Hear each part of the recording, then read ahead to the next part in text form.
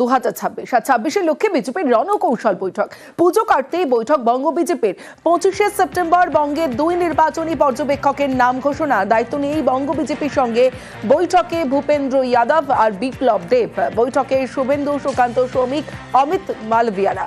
আর SIR কার্যকর করতে কি পন্থা অবলম্বন তাই নিয়ে আলোচনার সম্ভাবনা। বঙ্গ পদ্ম শিবিরের আগামী দিনের কর্মসূচি নিয়েও বৈঠকে আলোচনা হতে পারে। মমতা বন্দ্যোপাধ্যায় এই যে কেন্দ্রের সাথে বা কেন্দ্র সরকারের সাথে বা অন্য রাজ্যের সাথে বাংলার একটা কৃত্রিম শত্রুতার কনসেপ্ট তৈরি করার চেষ্টা করছে। উদ্দেশ্য একটাই, বাঙালি এই সেন্টিমেন্টের উপর ভরসা করে হিন্দু ভোটকে ভাগ করা। কারণ বাঙালি হিন্দু বুঝে গেছে যে এবার যদি মমতা বন্দ্যোপাধ্যায় না সরে আগামী দিনে বাংলাদেশের মতো পরিস্থিতি দুর্গাপুজোতে হবে। বাংলার বিসর্জন হবে না, তৃণমূলের বিসর্জন হবে। এবারে নির্বাচন তৃণমূলের বিসর্জন। এদিকে পুজো মিটতে জনসংযোগে তৃণমূল। 5 অক্টোবর থেকে ব্লকে ব্লকে বিজয়া সম্মেলনী। 50-এর বেশি বক্তা যাবেন ব্লকে ব্লকে। পাখির চোখ 26-এর বিধানসভা নির্বাচন। কেন্দ্রের বকেয়া নিয়ে সুর চড়াবে তৃণমূল। পরিযায়ী শ্রমিক হেনস্থা নিয়েও সরব হবেন নেতারা। বিজয়া সম্মেলনী তো একটা বাড়তি তাৎপর্য থাকে, এর সঙ্গে থাকে একটা বৃহত্তর সামাজিক জনসংযোগ। সকলকে নিয়ে সামনের দিনগুলো যাতে ভালো থাকে, সবাই মিলে ভালো থাকা যায়।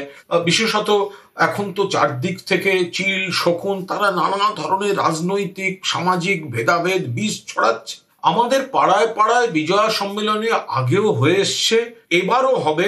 একটু ভালো করে বুঝিয়ে দেয়া যে এখানে কত ভালো সামাজিক উন্নয়ন কর্মযজ্ঞ হচ্ছে এবং অতীতের থেকে আমরা ভালো আছি, অন্য রাজ্যের থেকে আমরা ভালো আছি। সব মিলিয়েই এই বিজয়া সম্মেলনী আরো বেশি করে, আরো নিবিড়ভাবে মানুষের কাছে পৌঁছে যাওয়া।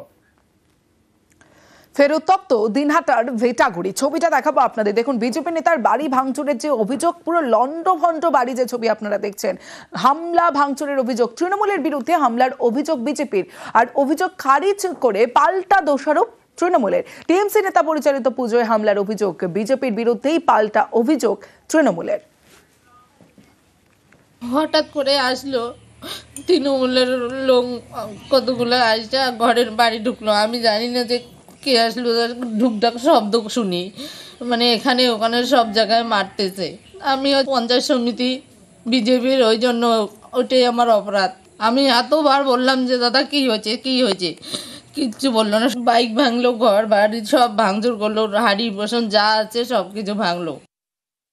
কি কারণে ওখানে ঘটনা ঘটেছে আমরা খোঁজ নিয়ে দেখবো। তবে তৃণমূল কংগ্রেস এই ভাঙচুরের সঙ্গে জড়িয়ে নেই বলে প্রাথমিকভাবে আমরা জেনেছি। তবে আরো বিশদে আমরা খোঁজ নেব। তবে যে কোনো বাড়ি ঘর ভাঙচুরের ঘটনা অমুদ্রিকৃত, এটা কখনো সমর্থনযোগ্য। বিজেপির গোষ্ঠীদ্বন্দ্ব হওয়ার সম্ভাবনা রয়েছে, কারণ নিশীথ প্রামাণিক যেহেতু ওই এলাকায় রয়েছে। নিশীথ প্রামাণিক এখন আবার মরিয়া হয়েছে এখানে বিজেপির রাজতরবা, যাই বিজেপির পুরোনো দিনের যারা